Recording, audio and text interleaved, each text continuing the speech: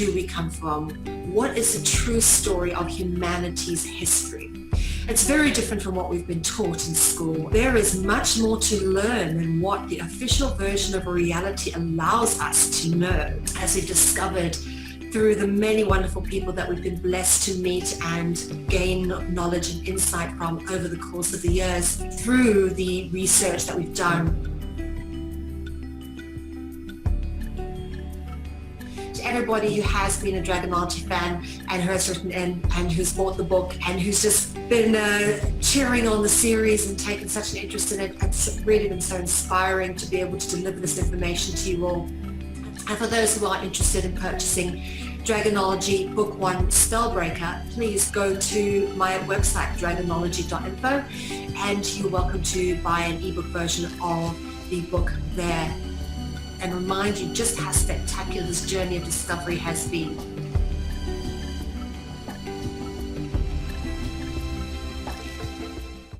Good evening, everybody. My name is Mel V, coming to you live on Conscious Consumer Network this Thursday evening, the 15th of February, and it's 7 p.m. here, local time in Portugal, and it's great to be with you for yet another episode of Dragonology.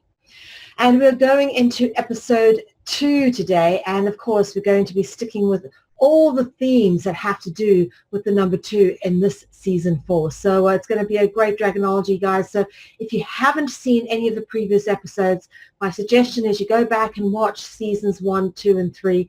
Get familiar with this material, because a lot of it might seem pretty far advanced from someone's understanding if they haven't done the back work. Otherwise, there's many other places online you're welcome to reference source material with regards to Dragonology. And as we go through it, we will obviously be drawing in themes from previous Dragonologies that we've done. And tonight we'll be carrying on from the place we left off in episode 1 of season 4 with our themes of, well, you'll see. Starting off with the number 2, as we said, it's the second episode. We're going to really deal with all the themes, the allegories around 2, and show you in terms of the dragonological aspect how that all ties in. And we're going to be dealing with today the dragon goddesses, the feminine aspect, and of course all the related etymology and mythology surrounding the dragon goddesses and the number 2. First off, we need to understand the concept of sexuality. Okay, dragons are represented in their male and female aspect. They have distinct sexuality.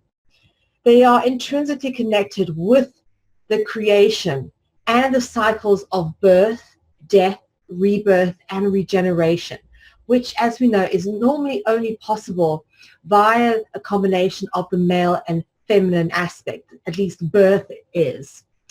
And this is really what the whole sexuality element really plays into. It is within nature, is the active and passive generative principles of all life. And that is what the male and the female represent, the active and passive generative principles of creation. Now, last week, obviously, we did a lot on creation. We covered a little bit of etymology pertaining to the beginnings of humanity and creation.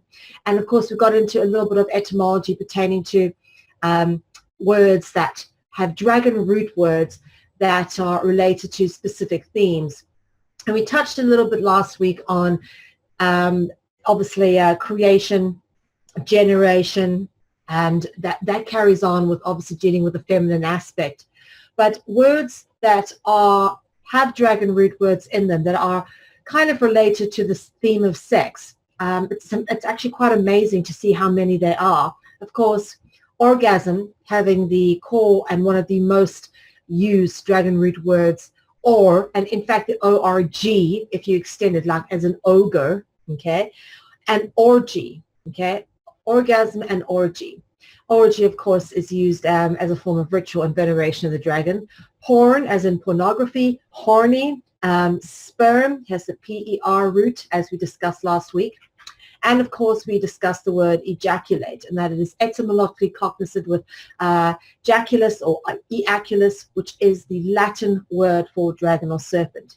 And of course, we'll be carrying on a little bit with the concept of birth. Now, birth, of course, to give birth is a distinctly feminine aspect, which is why it ties into what we're going to be dealing with today, as well as looking at a brand new root word group we've not yet dealt with here on Dragonology, which is the BI root word group, which is distinctly dragon in origin. The concept of duality is inextricably linked with the dragon, being capable of both good and bad. The dragon's nature is dualistic, which is why it's important for us to understand the dragon in both of its aspects, both as good and bad, both as black and white, and both as male and female. And today we're dealing with the feminine aspect, the dragon goddesses. But normally, when we talk about regeneration, sex, it's a pairing of two, of the active and passive, of the male and the female, okay?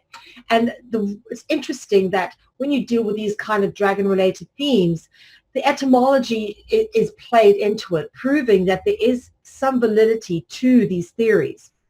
The word pair is a word which references a set of two. Remember, the two being one of our themes today. And of course, a pair is a set of two something which is actually regarded as a unit, as belonging together. And I use the example here of the caduceus, which is the staff of Hermes, of course, having a set or two serpents which twirl around it, a pair of serpents. The word pair is a dragon root word from the same group of words such as pear, the fruit, peer, as in a synonym to look or stare, par, which is actually with a double A, is the Dutch word for pear, para as in parable or pharaoh, per as in person, and then of course peri, we got into peri a lot last week, the French word parler, to speak, of course the dragons gave us our languages, and pearls. Dragons are inextricably linked with the concept of pearls, which are also representations of the dragon. It's interesting to note that in dragon mythology or dragonology, when you go back through different cultures across the world, you'll notice that the pairing, the two, it's a very common theme. Normally a king and queen, a he and she, a lot of love stories. I can think of Cupid and Psyche, Cadmus and Harmonia, but to name a few. But you'll find this in every culture across the world. Here is an example of the Tibetan Naga couple or the Tibetan dragon couple. You'll notice again, humanoid upper body and this classical trademark dragon or serpent's tail on both the male and the feminine representations here. And then of course this goes across the world. This is Nua and Fuxi, which is a famous dragon couple from Chinese mythology. Again, you'll notice intertwined, much like the dragons of the Caduceus, but with this telltale lower body of a serpent or a dragon. And then you have over here a Indonesian or Pali version of the dragons, also Nagas, with the interwoven tail. The dragon couple, the king and the queen, and of course you can see very distinctly Southeast Asian or Asian by the fact that they've got the naga coming above the head like that. Many serpents' heads, which of course is just indicative of the fact that they are in fact serpent or dragon deities. So you find this, as we say, this is Tibetan, this is Chinese, this is Indonesian or Indian, and just to give you an idea of this imagery is all over the world, which means that it must have some basis in reality. It's just been artistically represented in different ways depending on the culture. I mean, these two cultures' representations are very, very different in style, but ultimately representing very similar aspects. And one of the most famous of the pairing, of course, is Cadmus and Harmonia from Greek mythology. Of course, Cadmus is the king that founded the city of Thebes, a very famous city in ancient Greece, which is was really where a lot of rituals to the dragon were held. And of course, Cadmus being depicted here as a full-blown serpent, and Harmonia, also known as Hermione, in a half-female aspect with a serpent's tail, of course, intertwined again. But we're going to be taking the pair of dragons, the dragon pair, and looking at one of that pair today, which is the dragon goddesses, the feminine aspect of the dragon. The ancient theme of Mother Nature in the form of a serpent or a dragon goddess ruling over the earth and its inhabitants has been taught for thousands of years. This is not a new age concept. This has been something that has been allegorized through many mythologies and preserved in many artworks. Starting off, of course, last week we dealt with the creation and carried on a lot about the Garden of Eden. And, of course, the mother goddess or feminine figure to come out of the Garden of Eden, of course, being Eve. Eve is a figure in the book of Genesis, according to the creational story of the Abrahamic religions. And Abrahamic religion, of course, being Christianity, Judaism, and Islam. These are all religions that believe that Abraham was the first prophet. So according to the creational story of the Abrahamic religions, she, being Eve, was the first woman created by the gods or the dragons. The name Eve is even rooted in dragon etymology, and it's very interesting because there's two ways you can go with this.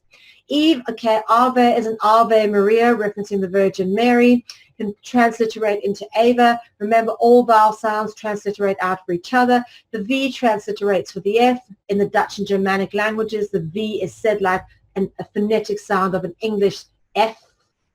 And of course, a PH sound or a double P in French is representative of the F in English. And of course, Afa is a word which references a viper, okay? So Eve and Afa, not too far apart from each other. And then, of course, Afa and apple, very similar to each other. But also notice the last two words of Eve, the VE, the VE.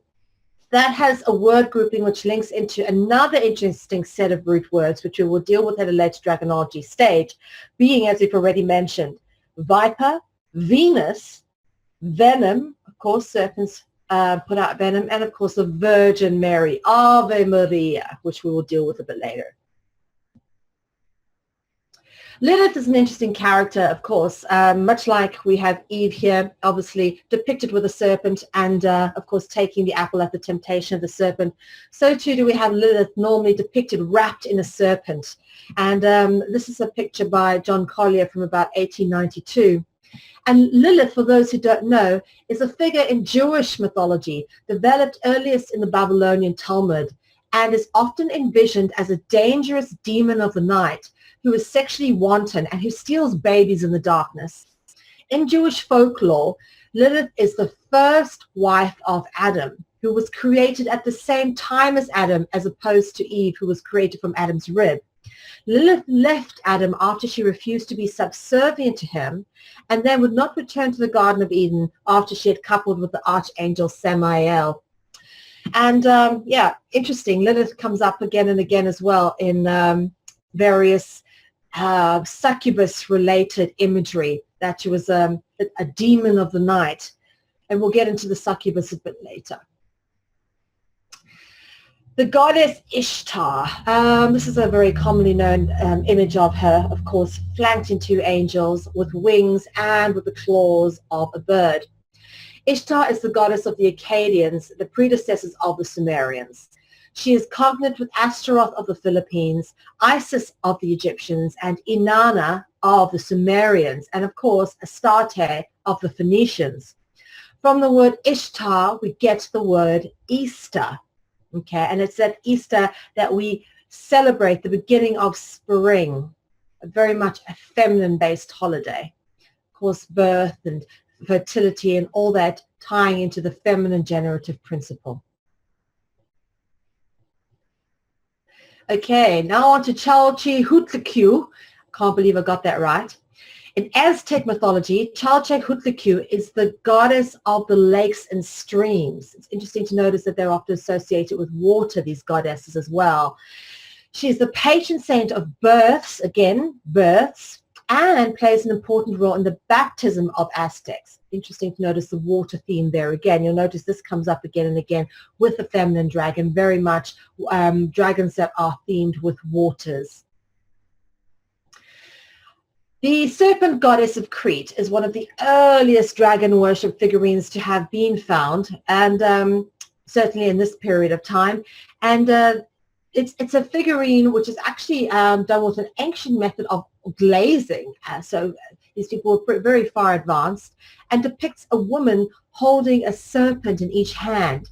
And these are found in the Minoan archaeological sites on the island of Crete, which has, I must just say, that the Minoan archaeological site there has the most amazing palace at Knossos that I would really love to go visit. It's one of the few ancient depictions that you can find of a dragon actually in its therianthropic form. Then, of course, we're going to Greek mythology here with the goddess Medusa. And, of course, Medusa meaning guardian or protectress. She was a monster, a gorgon, generally described as a winged human female with living venomous serpents in place of hair. And the imagery of the gorgon Medusa turns up in many places, including on the Versace logo. And these are generally what the gorgons are depicted looking like, fearsome looking creatures, but you'll notice always flanked in serpents. The serpents are the telltale sign that these are dragon gods. And of course the fangs and the tongue hanging out, all of which have symbolic allegory. But of course, none more obvious than the appearance of the wings. Of course, wings and feathers being a distinctive serpent symbol. Here's some more winged deities wrapped in serpents. Of course, the telltale signs there that they are in fact dragons. They're called the Furies. In Greek mythology, the Furies were female chthonic deities of vengeance, sometimes referred to as infernal goddesses. They are depicted as winged and, of course, wrapped in serpents. Here's some more depictions of the Furies. You can see serpents in their hair like Medusa. Again, winged humanoid beings. And a slightly more modern depiction of them seen clutching at serpents in their hands. You can see that over here. And then, of course, there's Athena. Athena is an ancient Greek goddess of wisdom, handicraft, war, and, of course, being the patron saint of Athens. In later times, she was known under her Roman aspect as Minerva. Athena's symbols include the owl and the wearing of the aegis, a garment said to have tassels made of serpents. And here we go. Here's a depiction of the aegis, and you'll notice, of course, there's serpents coming off this garment, which in the center of the aegis is always the face of a gorgon. It's known as a gorgoneum. And again, you'll notice here are the claws, the fangs, which stick out, the tongue hanging out, and of course, if you get closer, I bet you'd see that those are actually little serpents. You can see little serpents coming down here from the hair. This is actually meant to be a picture of the Gorgon Medusa. And if you are going under the aegis of something, and it said you are protected by that thing. So Athena, obviously a goddess who was protected by the Gorgons. She was protected by the dragons, and of course herself probably being of the dragon bloodline, becoming the patron saint of Athens. And of course the name Athena has the dragon root word The, which is a root word meaning God. And of course, when we talk about the gods in dragonology, we are always talking about the dragons. Take the word The, and put it into words like theology, and you'll understand, yes, it is absolutely a study of the gods, this word. Here's some more depictions of Athena, and these are much clearer. You can see the aegis a bit clearer on this one. Definitely notice little serpent tassels hanging off in the front. You've got the face of the Gorgon Medusa. This is the Gorgonean, the center of the aegis. Again, here, this is a marble version of this cloak known as an aegis, and you'll see the face there of the Gorgon, tongue sticking out. But again, notice tassels made of serpents. So a very interesting item of clothing this. It seems to have had some kind of a lifelike quality if there were live serpents hanging from it. Okay, the oracle. In classical antiquity, an oracle was a person or an agency considered to provide wise and insightful counsel or profiting predictions or precognitions of the future inspired by the gods or the dragons. In fact, the most famous oracle was named Pythia, which is etymologically cognizant with the word python. Python, of course, being a serpent. These oracles, whether or not they're from the dragon bloodline or priestesses of the temple, which carried the messages of the dragons through, again, the concept of a messenger is very much tied in with the concept of dragonology. Of course, angels, which are in fact dragons, were known as the messengers of the god. Pegasus, for example, known as the messenger of the god. So again, oracle ties in with that theming. And staying on the Greek theme and Greek mythology, Persephone is the daughter of Zeus and the harvest goddess. And the harvest goddess is, of course, Demeter. And it's interesting because you notice that although Persephone is the daughter of Demeter, they're often depicted very, very similarly. In fact, it's easy to confuse them. The word Persephone, of course, having the key dragon root word that we've already discussed, P-E-R. Persephone is the queen of the underworld as the wife of Hades. Okay, so also a chthonic deity. The story of her abduction represents her function as the personification of vegetation, which shoots forth in spring and withdraws into the earth after harvest. And you'll notice commonly depicted again with grains of wheat, sheaths of wheat, and serpents. All right, always serpents because they are dragon goddesses. And talking about Demeter, of course, Demeter's chariot is very interesting because you'll notice Demeter's chariot always seems to be pulled by serpents. Here we go again. A winged chariot with a serpent pulling it. Very key theme when you come to understand the symbolism behind cars, because of course car comes from chariot or carriage.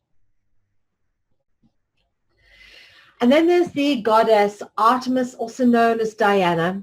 Artemis is one of the most widely venerated gods of Greek goddesses, her Roman equivalent being Diana, and very, very recognizable because they're often depicted with multiple breasts, indicative again of the fact that she was a creator or a mother, regeneration, birth and death, fertility. The breasts are symbolic of fertility.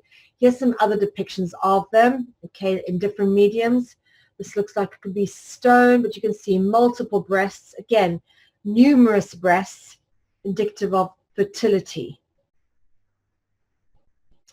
Astarte or Ashtoreth are pretty much the same deity. Again, notice breasts showing indicative of fertility, holding serpents. Astarte is the Hellenized form of the Middle Eastern goddess Ashtaroth, a form of Ishtar. Okay, so you can see how all these goddesses actually just change names, but it's the same basic archetype.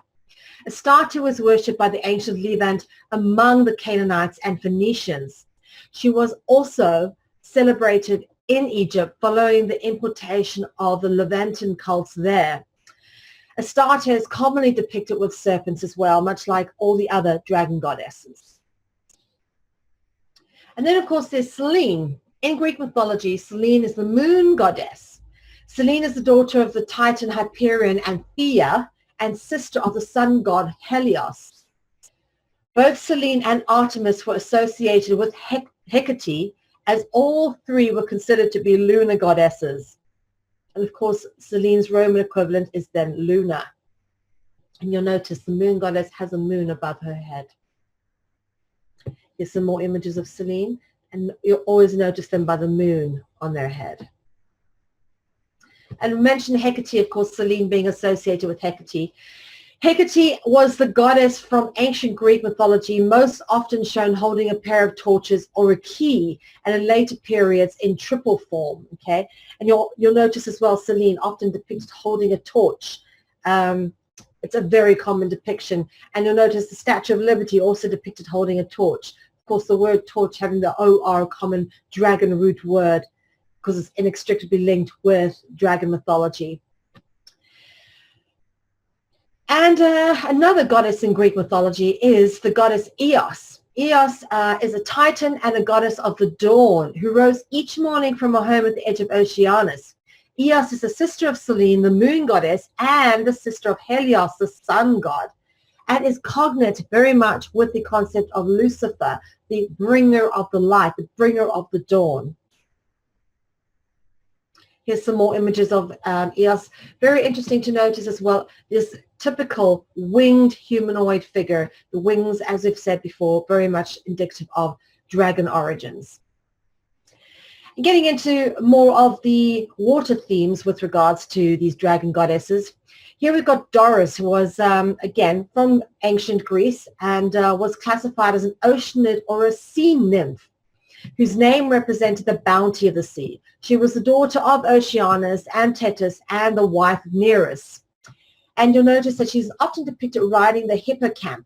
All right, the hippocampus is, of course, a horse-like being that has a dragon or serpent tail, which, of course, would be the counterpart to the flying dragon horse, which, of course, is Pegasus. Now, moving on to Asia, we have a look at the feminine aspect of the serpent or dragon god of the Naga, being the Nagi or Nagini in plural. Naga is etymologically cognizant with the word snake, both having the common Na root. And this is various depictions, of course, of the Nagini. Again, you'll notice the snakes coming above the head there, looking very friendly, happy, smiley snakes, and a serpent tail. Now, a slightly different depiction. Again, notice the wings and the serpent's tail with the serpents above the head. And then there's Nuwa. Nuwa is the mother goddess of the Chinese mythology and sister wife, okay, of Fuxi. So Nuwa and Fuxi were the couple that we showed you earlier, the serpent couple who were twining from Chinese mythology. Nuwa, of course, being the feminine of the two. And then there's Chanji, okay? Now, interesting to notice, Chanji, originally known as Henji. And this is a very interesting thing because you'll notice that even in languages that don't derive from the Latin base, such as Chinese, supposedly, you'll find the same root words that you find in the Latin-based words, which proves that all language eventually or ultimately came from one common root source, being the dragons. And the same root words are interwoven into other languages, even ones that aren't formed with the Roman script. Now, Chanji has the dragon root word A-N-G-E, which is the root of angel. And for those who know, angels are in fact serpents. Angel comes from the word anguim or angui, which are Latin words for dragon or serpent. But also, you change the A and the E around, and you got the E-N-G-E, like, for example, engel, which is the Dutch word for angel, and it's got henge, E-N-G-E. And interesting to notice that dragons were normally worshipped and rituals done to them at henges. That's what these henges are, these big stone henges that you find all over the show, were in fact temples of worship to the dragon gods.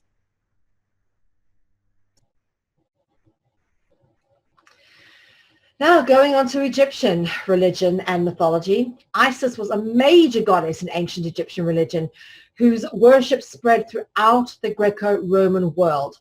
Isis is one of the main players in the Osiris myth, in which she reconstructs or resurrects her husband, the divine king Osiris, and produces his heir, being Horus. Of course, Horus and Osiris being thought to be the same soul, just different bodies. This is an interesting depiction of Isis. It's one of the very few of Isis I found that where it shows her in a true serpentine aspect, of course being of dragon origins. And then in Egyptian religion, there's a goddess known as Wadjet, who was the patron and protector of Lower Egypt, and upon unification with Upper Egypt, the joint protector and patron of all Egyptian goddesses of Upper Egypt. She was also the protector of kings and women in childbirth. Again, the birth theme coming back up. And here's some more images of Wadjet. This is painted on a temple wall. You notice again the serpent with wings. The wings are always a symbol. There is the sun disk, also a symbol of the dragon, and the undulating dragon's tail. And here you can see the reared cobra heads of Wadjet, known as Urays, on a temple wall. And in the Egyptian religion, there is the goddess known as Maat. Maat refers to the Egyptian concept of truth, balance, order, harmony, law, morality, and justice. Maat was the goddess who personified these concepts and regulated the flow of the seasons and the stars. It is her feather against which the heart of the dead are weighed by Anubis. That's the god of judgment. Now, this is the feather of Maat. And again, wings and feathers, as I've already said, these are key dragon symbols. So whenever you see the feathers come up, you'll notice on pharaohs' crowns, they often wear ostrich feathers as well. Feathers are a key indication of the dragon bloodline. Okay, going on to Nordic mythology, the Ormhaxen is a type of snake witch which existed in Nordic mythology in the Nordic times, and of course left behind in some interesting artwork. Here is the snake witch over here. You'll notice the legs spread, indicative of distinct sexuality, and holding a snake in each hand, much like the serpent goddess of Crete. That's a very common depiction, is feminine goddess holding serpents in her hand. Here's some more depictions of the Ormhaxen witch of Nordic mythology. Interesting interpretations. And then getting onto the Catholic religion, of course, we have the Virgin Mary. Mary, of course, being the mother of Jesus, who was believed to be conceived by immaculate conception of the Holy Spirit. Interesting, these two words give clear indication to the fact that Mary, if she wasn't a dragon herself, was in fact impregnated by a dragon. Kula being a dragon root word, and of course spirit having two key dragon root words. First, SBI, same root of spiral, and spy, as in like watcher, to peer, to look, to see, all dragon root words indicative of the all-seeing eye. And of course the root word rit, indicative of ritual and writing. Okay, the dragons gave us our language and writing. Mary is often depicted standing on a moon, like the moon goddesses we've already spoken about, allegorical as of her association to pre-Catholic lunar goddesses, which of course predate her. Mary is often depicted standing on a serpent or a dragon. You'll notice the serpent here beneath the feet. And funny enough, this one happens to be depicted holding an apple with one bite out of it. Now, the apple with one bite out of it, of course, indicative of knowledge. As we've discussed in previous Dragonologies, that's the symbol of the Macintosh, is the apple, and of course indicative of the apple out of the Garden of Eden. That is why the serpent and the apple in this particular image is very, very interesting, because this is very clearly referencing the serpent in the Garden of Eden, which is clearly a dragon allegory. This is a very good picture by Peter Paul Rubens, a highly initiated artist who's done many interesting symbolism-laden artworks that I reference throughout my foray into the world of Dragonology. And here's some other images of the Virgin Mary. Again, very much the same thing. Here's another one of her. This time you can actually see the moon that she's standing on, indicative of the lunar goddess. Here is another serpent with like being. This one's got a bit of a dragon, more dragon head, and of course holding an apple. And here are more dragon-looking ones, but these are kings, of course. Royalty, the royalty theme always inextricably associated with dragons. Of course, kings and royalty and rulers of the world are said to be dragons. And here you can see the crowns on them, so human-like faces with crowns indicative of royalty. And Mary standing on them again. You can check the moon behind her there. The Mary is often associated with the goddess Sophia, who is known as the goddess of wisdom. In fact, the word Sophia contains the dragon root word ophi, a very common dragon root word present in words like ophiolatry, which is dragon worship, or Ophiuchus, the serpent bearer, the constellation of the serpent bearer. So here's a picture of Sophia in the ruins of the library in Ephesus, which is a ruined city in Turkey, which I have in fact visited. Talking about Turkey, there's an amazing cathedral, one of the most beautiful cathedrals I've ever been in, called the Hagia Sophia. And if you haven't visited it, you must do. It was converted into a mosque when Istanbul became Constantinople, and then was taken over by the Moors at a later stage. The minarets were added, but originally this was a Justinian Catholic cathedral, beautifully made, and of course named after the goddess Sophia. And here inside of this particular cathedral is what remains on the wall of the goddess Sophia with the wings, I beg your pardon. and of course holding an orb, which if you read my book, you understand what the orbs are indicative of. Moving on to literature. This looks like 16th or 17th century literature because, of course, we're dealing with the works of the individual who wrote under the name of William Shakespeare. Of course, my theory, and I very much am backing the idea that he was, in fact, royalty. In the film Anonymous, he is said to be Edward de Vere, Vere being an ancient dragon bloodline. Edward de Vere, the 16th or 18th Earl of Oxford, who was, in fact, the real author that wrote under the name William Shakespeare. And of course, one of his amazing plays, one of my favorites being Hamlet, stars a key heroine figure who actually commits suicide. And suicide is symbolic of self-sacrifice or self-immolation. And her name was Ophelia.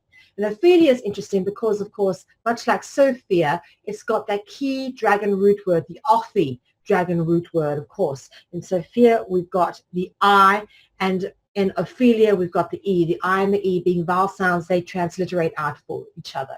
Another beautiful image by John William Waterhouse of Ophelia.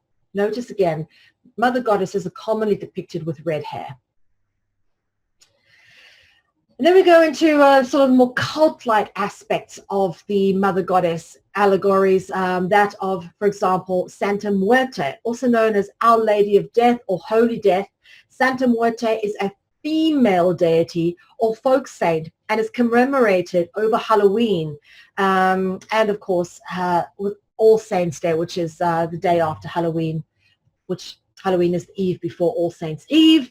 And lots of allegories there. We've got into Halloween in quite some detail in the past, but this is a time when Santa Muerte is venerated, a skeletal feminine figure clothed as the Virgin Mary, and of course decorated very much the same. You'll notice she's standing on a moon, of course got the aureola around her like many images of Mary, except this is not celebrating the light aspect, the birth and regeneration. This is celebrating the death aspect, a part of that eternal cycle. And here are some more representations of Santa Muerte, often depicted holding this harvest skiff because, of course, Halloween is a harvest time ritual, which is why you'll notice there's always pumpkins in Halloween symbolism. As we mentioned earlier, talking about the goddess Lilith, often referenced as a succubus, the succubus is a Lilin demon in female form, or a supernatural entity in folklore that appears in dreams and takes on a woman form to seduce men, usually through sexual activity. The male counterpart is the incubus, and of course, C-U-B-U being key dragon root words. Often it's said that the succubus is the equivalent of a vampire, because of course, what do vampires do? They suck the blood of their victims. Succubus, that's where the word suck comes from. And then, of course, there is the concept of the fairy godmother. The fairy godmother plays the role of a guardian spirit. And this, of course, when we get into modern day fairy tales and what gets interpreted by Disney as just harmless fairy tales for children, but absolutely laden in multi-layered dragon allegory that most children just do not understand. But the fairy godmother turns up again and again in various incarnations in Disney films. For example, in Sleeping Beauty, we have the 3 fairy godmothers, and of course, the most recent rendering of the fairy godmother theme being Maleficent. And you'll notice again, big wings. This is obviously the darker aspect with horns, probably closer to the true nature of the dragons than, say, these 3 little sweet dears. And of course, much like the concept of the guardian, which is what a fairy godmother is, in Roman religion, a genius loci was a protective entity or guardian. It was depicted in religious iconography as a figure holding attributes such as a serpent. Okay, so places that were protected were obviously depicted with serpents in their symbolism. You can see here, Genio Loci. This is a sacred place, most likely a sacred grove. As we spoke about last week, groves were very important. In fact, Perseus said, I won't read the Latin of this, but the meaning being paint two serpents and the place is sacred. All right, so if you paint two serpents on it, as we've already spoken about, two serpents, the number 2 being our key theme today, dealing with pairs and duality. If you paint two serpents on it, the place is sacred. Now, going into language that many may have heard of, that people may have heard of what is known as the watchers which turn up in the Bible. The watchers, of course, are another word for a guardian. If you're guarding something, you might be seen to be watching it. Of course, the word peer comes from dragon root words, as does the word spy, as we've already spoken about. And of course, what do you spy with? I spy with my eye. All right, all-seeing eye. And Latin word for eye is oculus, okay? And then occult means that which is hidden from sight, that which we cannot see, the hidden. That is the meaning of the occult.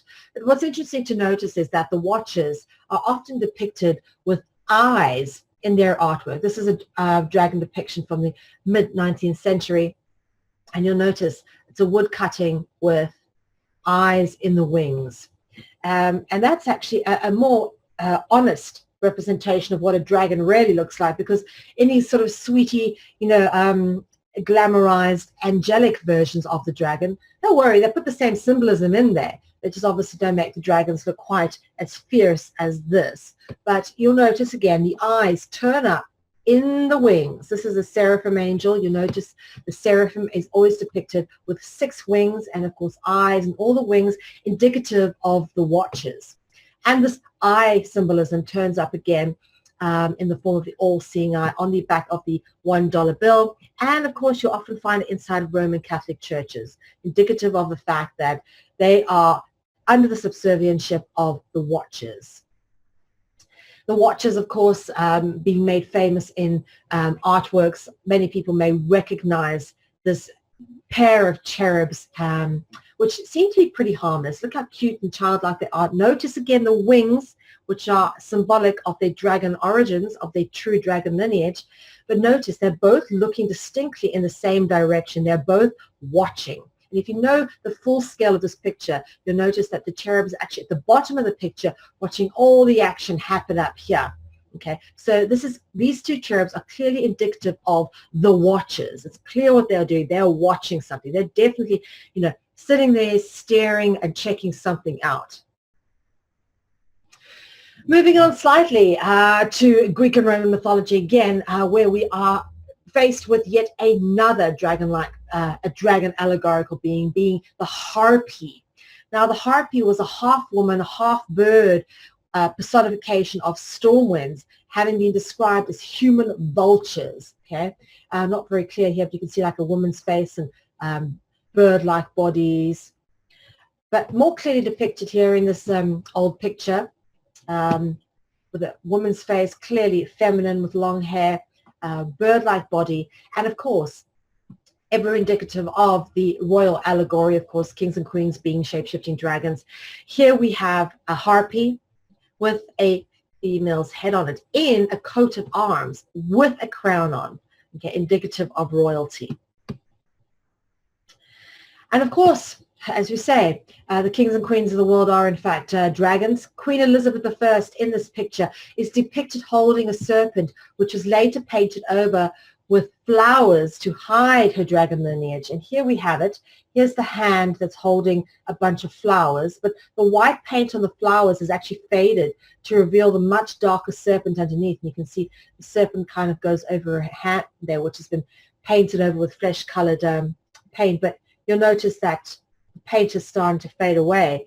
And if you actually have a look at this area here where the hand is, that is what it would have looked like in its original form. Okay, that's not artistic interpretation of what that serpent over there looked like. But they clearly put some flowers over it because they wanted to hide this. So the queen is clearly hiding her dragon origins in this picture, 16th century depiction. And same queen, this is Queen Elizabeth I, known as the Virgin Queen, or the Dragon Queen. The rainbow portrait attributed to Marcus Gerhards the Younger from about 1600 has one of the most interesting sets of symbolism with regards to the Virgin Queen. Firstly, this is the full picture over here.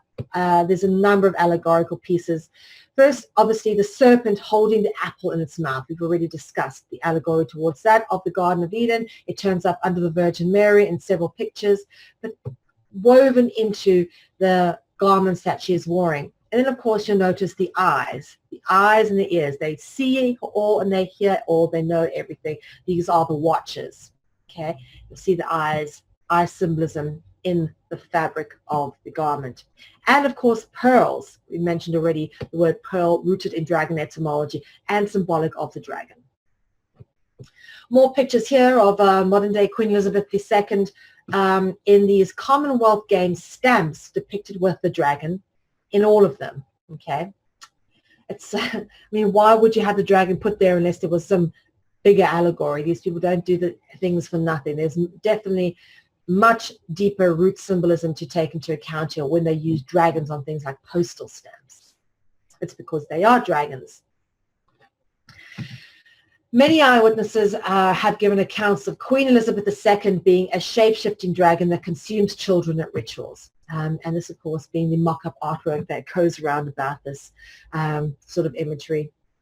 And Queen Elizabeth, of course, being descended from this lady here, Queen Melusine, who spawned the Angevin dynasty. The Plantagenets obviously come from her bloodline as well.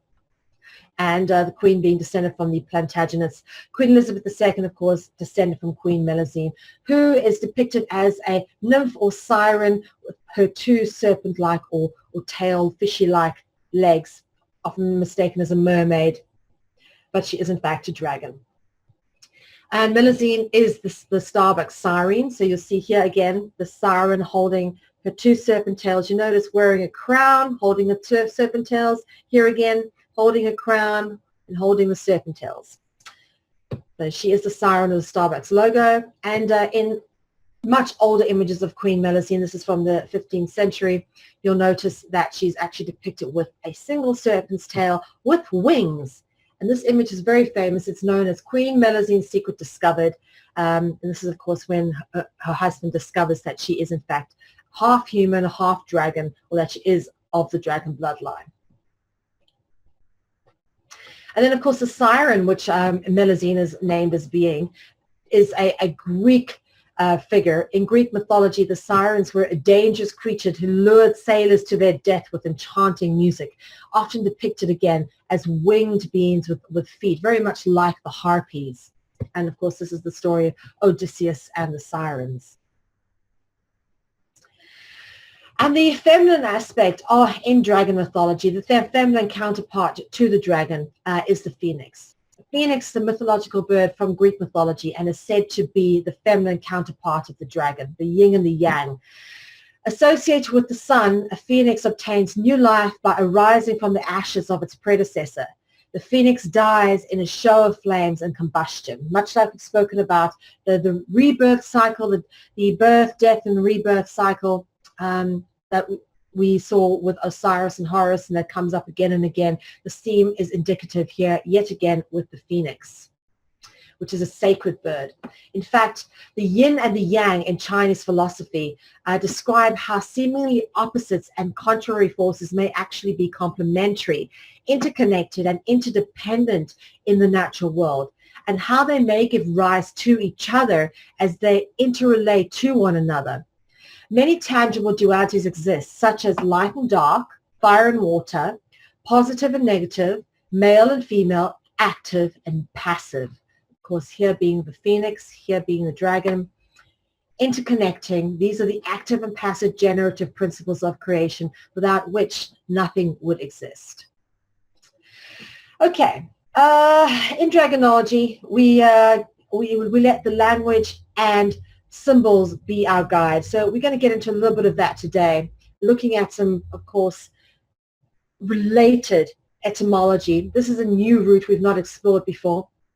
So this is going to be interesting new ground for those who are following along in the series.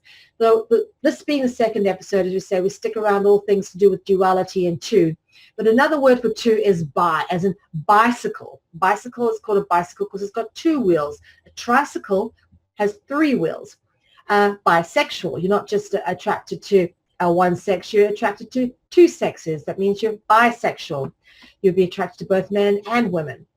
Biathlon is, of course, where you do two disciplines, perhaps running and swimming, or running and cycling. Whereas a triathlon is where you do three athletic disciplines, such as perhaps running, swimming, and cycling. That is what a triathlon is. But a biathlon is where you have two disciplines in a marathon. So let's look at the word bi, the dragon root word bi, and where it turns up in some interesting places. And of course, we will go there and decompose and deconstruct and decipher all of this. First off, as we mentioned again and again, the word birth. Birth inextricably linked with the themes of the feminine aspect. Only women, of course, can bear children. Bible, bird, ibis, big, bishop, bison, bision or bisa, and Anubis. Right, let's have a look at some of these concepts to see why they tie into dragonology. But first, we have a look at when you transliterate the vowel sounds around, you also get some other interesting dragon-related words. For example, boa, as in a boa constrictor, a python, a beast, as in Beauty and the Beast, of course, a shape-shifting entity, basilisk, known as the king of serpents, business, Byzantine, obelisk, believe, and baby. Okay, let's have a look at where these words turn up. The Bison.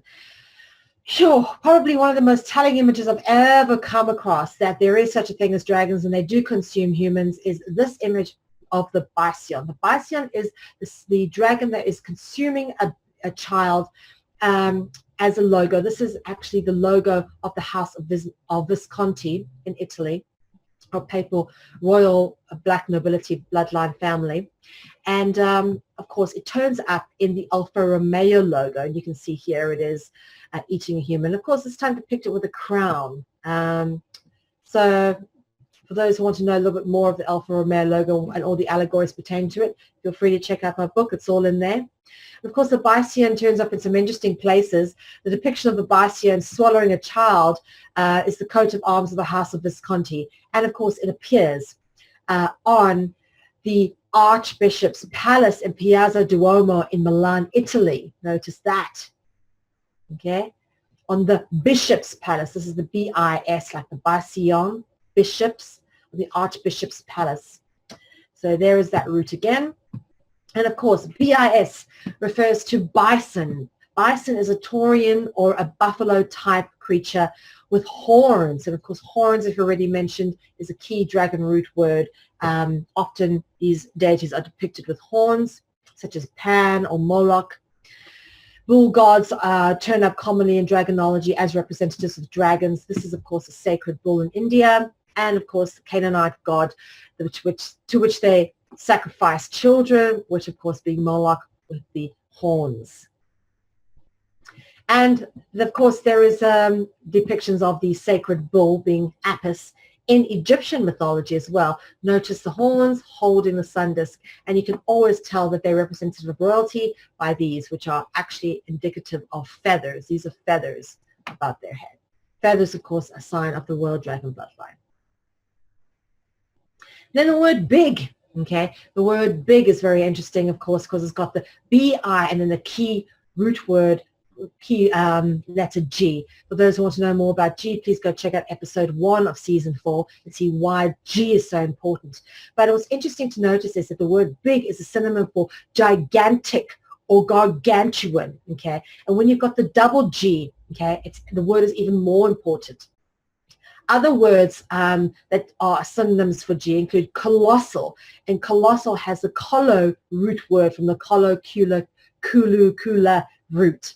And then, of course, it's titanic, like if it's big, it's titanic, indicative of the Titans, okay? The Titans, of course, being nothing more than dragons. And, of course, if it's big, it's king size. And, of course, kings, rulers, royalty are themes which always tie into the dragon. And this is an artwork of Gargantes, a Greek mythological character who was always depicted with serpents for legs, this of course being a mosaic. But here's some more images of Gargantes in a frieze, a Roman frieze in marble, and you'll see serpent legs. There's a serpent head, okay? And here is an image of Abraxas, said to be taught in Gnosticism to be the top head lead god of all of the gods, supposedly. But of course, again, nothing but a dragon. Depicted with the head of a cockatrice, much like some images of the basilisk, and legs being serpents. Very interesting. And of course, the sun and the moon symbolism turn up there again, indicative of the duality, light and the dark. And then we've got bird, having the BI root. And of course, Horus is a representation of a peregrine falcon. A falcon, of course, being a bird. Of course, birds have wings. Wings and feathers are dragons' symbols. Other birds which are symbolic of the dragon include the dove, the owl, the swan, the eagle, and of course, you already dealt with the phoenix, and of course, the ibis. Okay, you'll notice a lot of these images or these birds are used as symbolism to mask the true nature of the dragon. Now, going on to the ibis, Thoth was one of the key founding deities of the Egyptian mystery religion and culture, and of course, Thoth is often depicted with the head of an ibis. Okay. Thoth is also known by the name Jehuti, which has the key dragon root DJ, J, which is the phonetic, in English phonetically goes J, as in the letter G, but is also depicted as the resting cobra or resting serpent in the hieroglyphics of ancient Egypt. Anyway, Thoth or Jehuti is often depicted with the head of an ibis, and his feminine counterpart was Sheshat, and his wife was Mart. We've already spoken about Mart. Of course, Mart having the feather under which Anubis measured the heart of the dead. Talking about Anubis, Anubis is often depicted with the head of an African golden wolf. Many think it's a jackal, but it is in fact a wolf. But notice Anubis again. Of course, he's the one who takes the feather of Mart and makes judgment against a person by weighing it against their heart in the underworld. Anubis, the eye over there. And then, of course, we get on to the bishop. The Catholic Church wouldn't be complete without their fair share of dragon etymology. A bishop is an ordained or consecrated or appointed member of the Christian clergy who is generally entrusted with a position of authority and oversight. And then, of course, there is the Bible. The Bible is a collection of sacred texts or scriptures or books that Jews and Christians consider to be a product of divine inspiration and a record of the relationship between humans and the gods or the dragons. Of course, the word Bible comes from the word bibloi, which means books. That's why we have a bibliotheek, which is the Dutch word for library. It's a place where books are kept. And the B-I is in the root of Bible. And then, of course, we've mentioned already, the birth theme keeps coming up, dealing with the feminine aspect. The birth, B-I, goes into birth. And to have a child is a distinctly feminine attribute. Of course, the conception of a child normally comes with the contribution of a man, but giving birth to a child is distinctly feminine. It's a feminine attribute. Okay, that's it for me, guys. Please do check out my work. I've got a wonderful documentary called Secrets of the Kalahari. Learn about the oldest dragon ritual worship site that dates back over 70,000 years. The documentary film is available at our website, dragonology.info. Please follow us on Facebook. Check out our Facebook page. Like, follow, and keep up to date with everything that's going on. We, of course, announce the broadcasts on this page as well as on my homepage on Facebook. And we let everybody know when the archives are up. Because we have now started uploading the archives to our Dragonology website, which has become a private members association in order to protect the data of all the users. For those who sign up, you don't have to pay anything to be a member, but you will receive newsletters. And of course, as I said, we will obviously look after your data and keep your identity secret as part of the Dragonology Private Members Association. From this website, you can collect a copy of my book, Dragonology Book 1 Spellbreaker. And it goes through everything you need to know to get up to speed with regards to where we are now with our lectures into Dragonology. And of course, we broadcast Dragonology live on Conscious Consumer Network TV, which is a publicly funded network. Please, guys, support independent media by donating to our 2018 funding campaign. And that's it from me, Mel V. As always, we thank you for supporting free and independent media. And I'll be back with another episode of Dragonology very soon. Take care and thanks for listening. Bye-bye.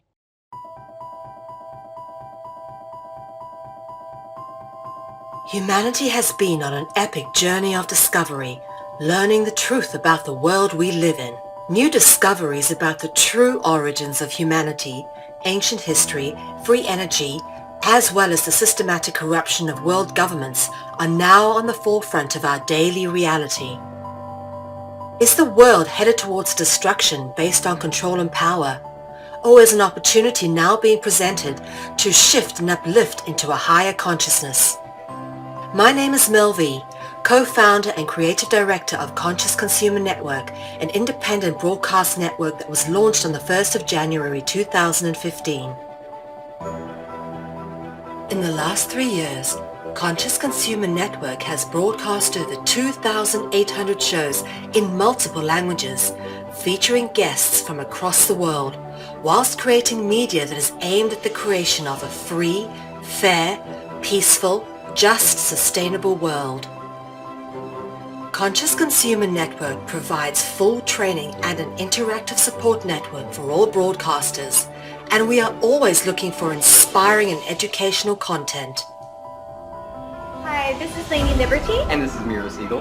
In 2018, Conscious Consumer Network has expanded to multiple broadcast locations, increasing our availability and reach across the world, remaining on the cutting edge of independent media. If we wish to create a better world, we must first create better media, geared towards real education instead of indoctrination. You guys really are what changing the world is going to be about. It's educating kids at a grassroots level. Having become a pillar of stability in the turbulent world of independent media, we have even more going on in 2018. Conscious Consumer Network is a publicly funded network, and we rely on all of you to keep us on the air. Show your support for independent media by donating to our 2018 Network Support Fund. Dare to seek a better world. Support independent media.